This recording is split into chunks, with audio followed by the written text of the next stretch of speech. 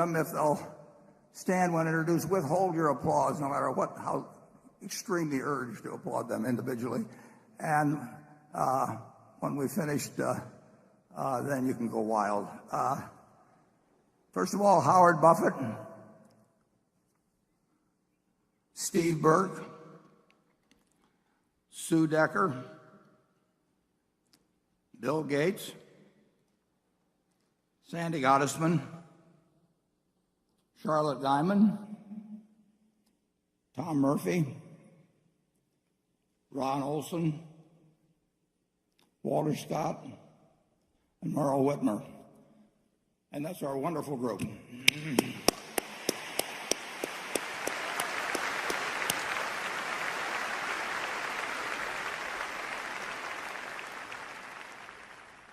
Now we just have 2 slides to show you now. The first one is a preliminary summary figures for the first quarter. And you'll notice that insurance underwriting, these are after-tax figures by category, are down somewhat.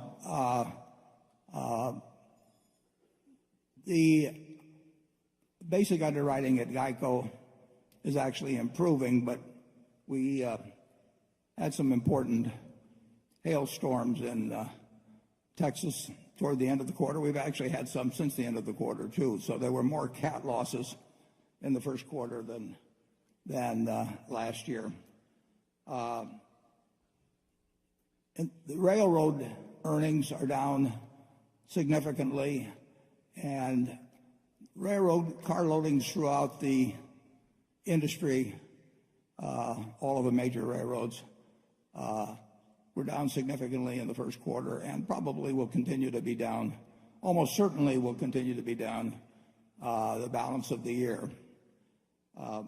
We have 2 companies which we added to the manufacturing service and retailing field, Precision Castparts and Duracell, but they were added during the quarter, so their full earnings aren't shown in these figures.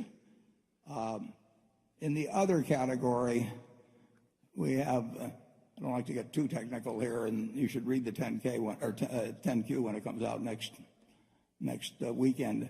But when we borrow money in other currencies, and the only currency we've done that with is the euro, but we have a fair amount of money that we borrowed in euros, and the nature of accounting is that the change in value, the foreign exchange change in value each quarter, is actually shown in interest expense. So if the euro goes up, we have a lot of extra interest expense, or it's shown that way.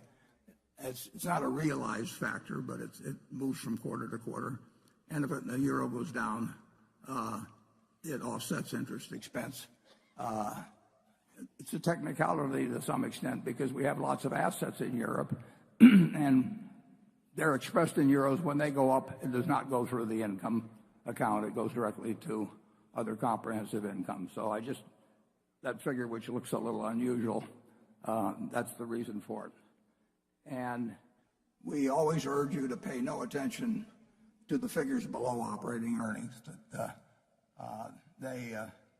They will bounce around from quarter to quarter, and we make no attempt to manage earnings in any way to have them be smoother. We could do that very easily, but it'd be ridiculous. We make investment decisions solely on the basis of what we think the best investment decision is, not on the basis of how it will affect earnings in any quarter or in any year. And in the first quarter, we completed a transaction that was begun over a year ago, whereby we exchanged our Procter & Gamble stock for cash and for Duracell, and that accounts for the largely accounts for the large capital gain in the quarter. So those are the figures for the first quarter. And then to illustrate what we're sort of all about here,